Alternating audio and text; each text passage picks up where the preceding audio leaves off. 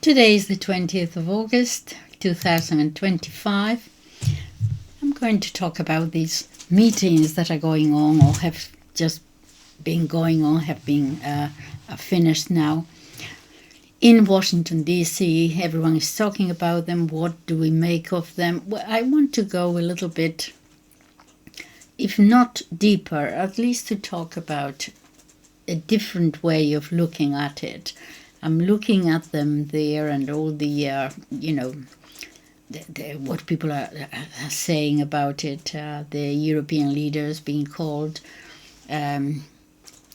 vassals, and some of them say clowns, and the optics and everything else. And I thought, I want to address this, but differently from perhaps everybody else. I want to talk about different kinds of leadership, different kinds of leaders.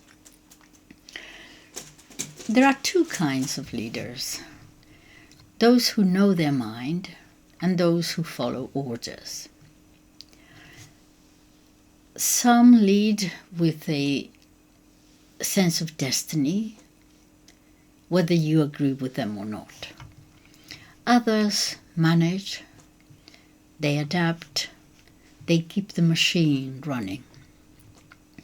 So I'm looking at statesmen versus politicians. I'm looking at the manager versus the statesman. Honor, self-respect, utility, subservience, all those things. As I said, in politics there are two different kinds of leaders. Those who know their mind, who embody a vision of national dignity at least, and insist on being treated as sovereign actors. And those who function more as managers, competent perhaps. I'm talking generally here, not about any one specific politician. Competent perhaps, but ultimately reactive, following orders. Following orders in a world not of their own making.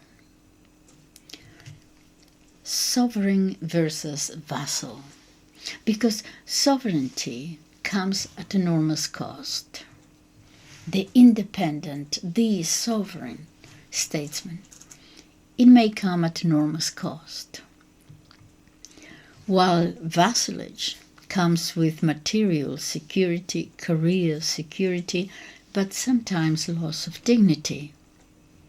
I want to put my finger on the difference between statesmanship and political opportunism. It's less about whether one agrees with the policies of a given leader or not.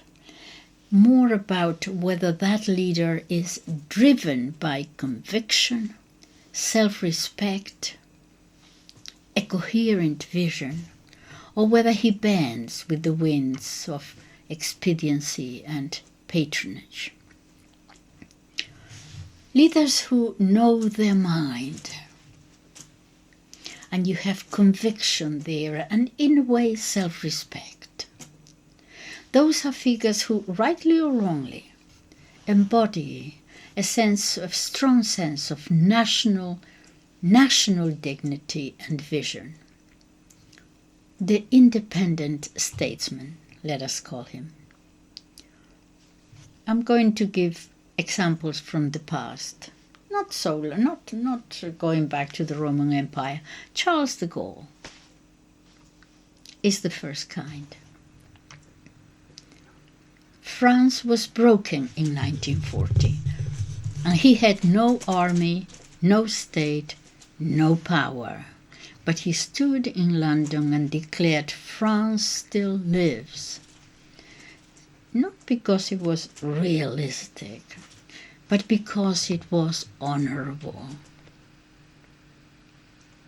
The honorable thing to do, to bring dignity back to the nation in some way. That's a leader. Years later, he pulled France out of NATO's command in 1966. Why? Because he would not have France treated as a subordinate, right or wrong, but he knew his own mind. After France's humiliation in 1940, he refused to accept his nation's relegation to a minor role. With almost nothing, as I said, no army, little recognition, he carried himself as though France were still a great power. I'm not talking about right or wrong morally, or whether in fact he was accurate. But nevertheless, that type of leader that gives something to the nation, a vision to the nation.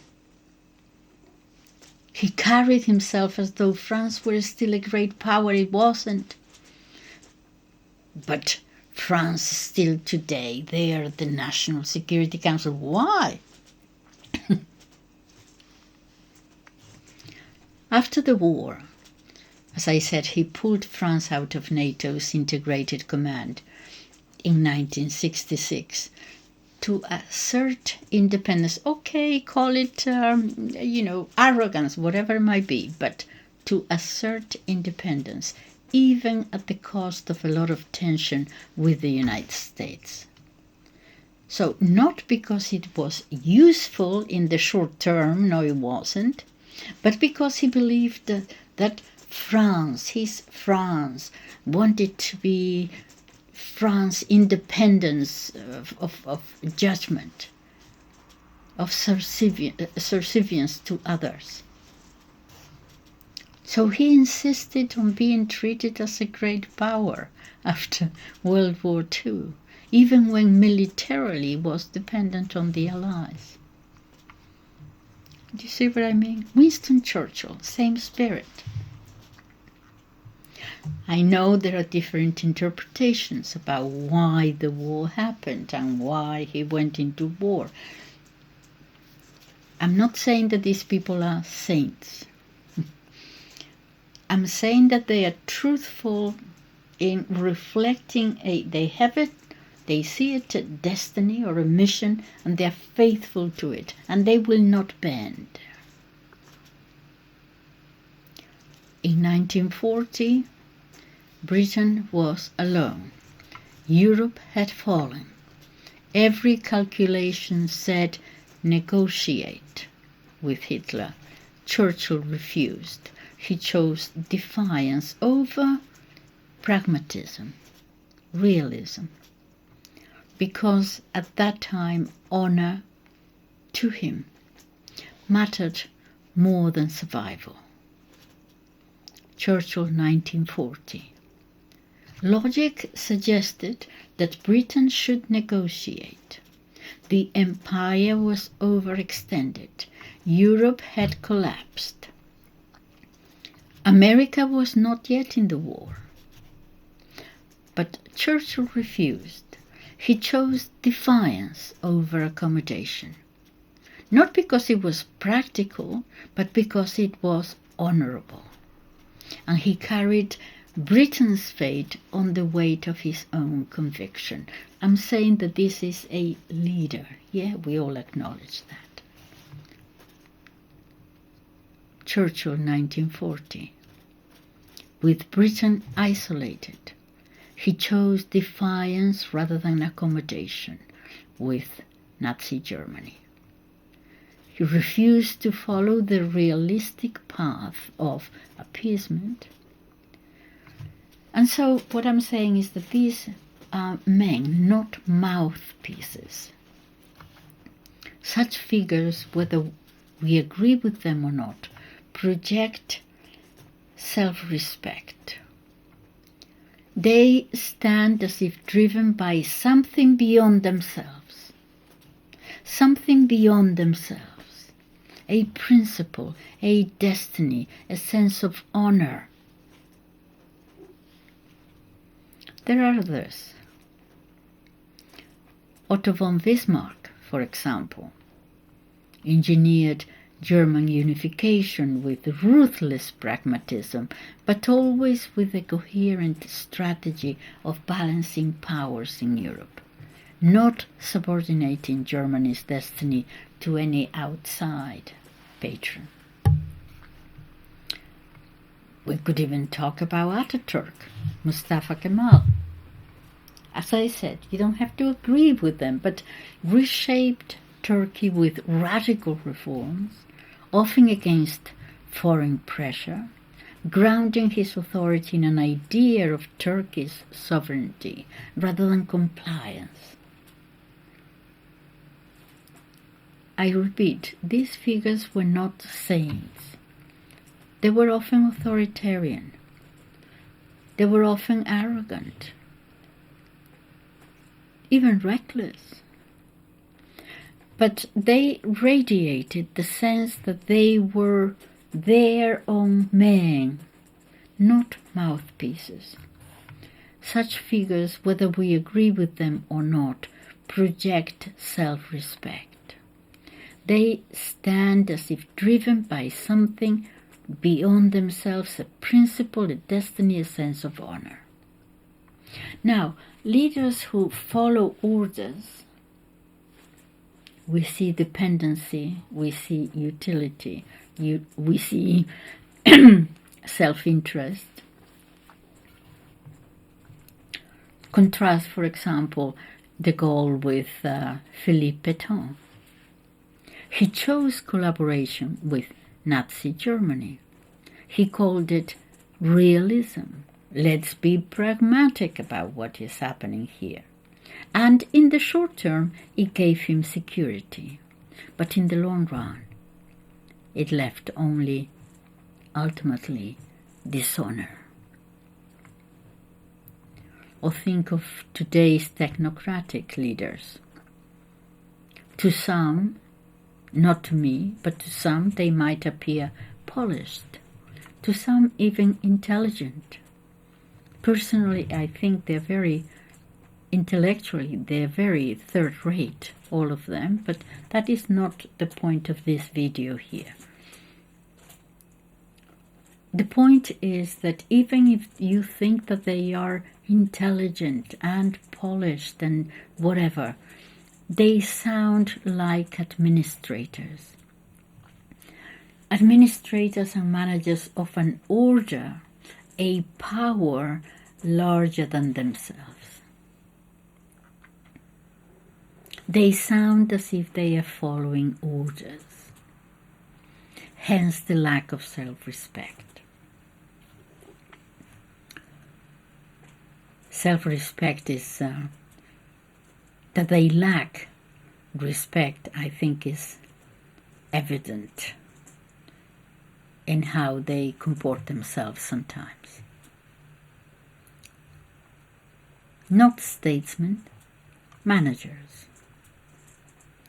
These are leaders who, while perhaps, even if you think they're competent administrators, they are seen, what we see are civil servants, functionaries within a larger order, proxies or caretakers, rather than shapers of destiny. Although they sometimes like to portray themselves as such, they lack self-reflection. They see themselves as greater than they are. They are acting, they are performing. But it comes across very evidently that they're not so, that they are performing. Philippe Pétain in Vichy, France, framed collaboration with Nazi Germany as pragmatism. But it became a byword for subservience and dishonor. Nicholas II, the last Tsar, reactive, indecisive, beholden to advisors and family pressures, unable to define his own course in the middle of war and revolution. I don't want to get into personalities right now, but let's say perhaps even Edward Heath, the Prime Minister of the United Kingdom in the 1970s, who took the United Kingdom into the common market, into what was then the European Economic Community. It was a system about trade and how different European countries traded with one another. In the 1990s, it became a political union. The European peoples were supposed to vote as to whether they agreed with this change. And they did vote in many countries, and they all said no. But never mind, they were not listened to.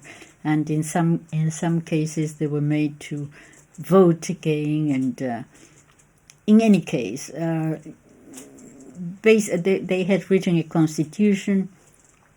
The people said no, and then they left it, and instead of calling it a constitution, they called it something else. They did it anyway. But in the 1970s, it was still the European Economic Community, normally called the Common Market. And Edward Heath, the Prime Minister, took Britain into the Common Market. And critics argue that he took orders from the European project, subordinating Britain's sovereignty without fully articulating a national vision of what that integration meant. The modern technocratic leaders of today, Macron is often put here, whether fair or not. They tend to be portrayed as managers of systems, finance, European Union bureaucracy, global institutions. That is what they are, but they are not themselves visionaries. They prioritize, it seems, utilitarian self-interest, self-promotion, or managerial competence, if you like. But they rarely inspire respect beyond the moment. So let's look at self-respect versus self-interest, honor versus utility, statesman versus politician. Self-respect versus self-interest. Leaders like de Gaulle or Ataturk risked isolation or loss for the sake of dignity. Followers accept subordination if it promises short-term gains, I should say. When we look at it in terms of honor versus utility, Churchill's stand in 1940 was militarily irrational, but morally powerful to him. He had a vision for the nation, morally powerful. So compare with those who collaborate with regimes that they saw their stand as realistic but dishonorable. The statesman versus the politician. A statesman shapes destiny. A politician adapts to it. So leaders, these subordinate managers, leaders like Philippe Pétain, who chose collaboration with Nazi Germany, he spoke of realism, of protecting France by surrendering sovereignty. In the short term, it meant survival. In the long term, it meant dishonor. So these technocratic leaders, and Macron, as I said, is often accused of this, their language is managerial, pragmatic. They're tied to institutions like the EU or NATO or financial markets, tied to them. They adapt, they follow rather than challenge them. And that is why they seem to be functionaries within an order larger than themselves. And you may argue that they are intelligent and they are being pragmatic and they might even be well-intentioned. But they lack that aura of sovereignty. They seem, as critics put it, to be taking orders. In this honor versus utility, the contrast here is not simply between strong and weak leaders. It's between two different orientations. One sees politics as a theater of honor, where dignity must be defended even at a great cost. And the other sees politics as a system of utility, where survival and comfort outweigh principle. Honor indeed can lead to isolation, painful isolation, indeed. But utility and short-term self-interest leads to subservience. But it is in the tension between the two that history judges greatness.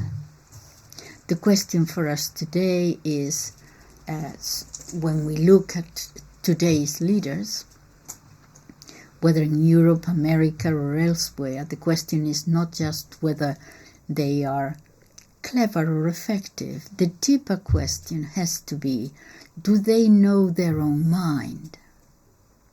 Do they stand for something greater than expediency? Or are they, however polished, merely managers of a system that owns them? And that distinction between the sovereign and the vassal, the statesman and the subordinate, is the difference between a leader who shapes history and one who is shaped by it. This is the heart of the contrast. The statesman stands even at great cost. The manager adapts even at the cost of dignity. One risks isolation, the other accepts subordination. So the question is not only, are today's leaders effective? It is deeper. Do they know their own mind? Do they embody self-respect? Or are they, however capable, as I said, merely caretakers in someone else's system? That difference between sovereign and vassal, between statesman and subordinate, is the difference between a leader, as I said, who shapes history and one who is shaped by it. And that is the end of my video today. Thank you for listening. Bye-bye.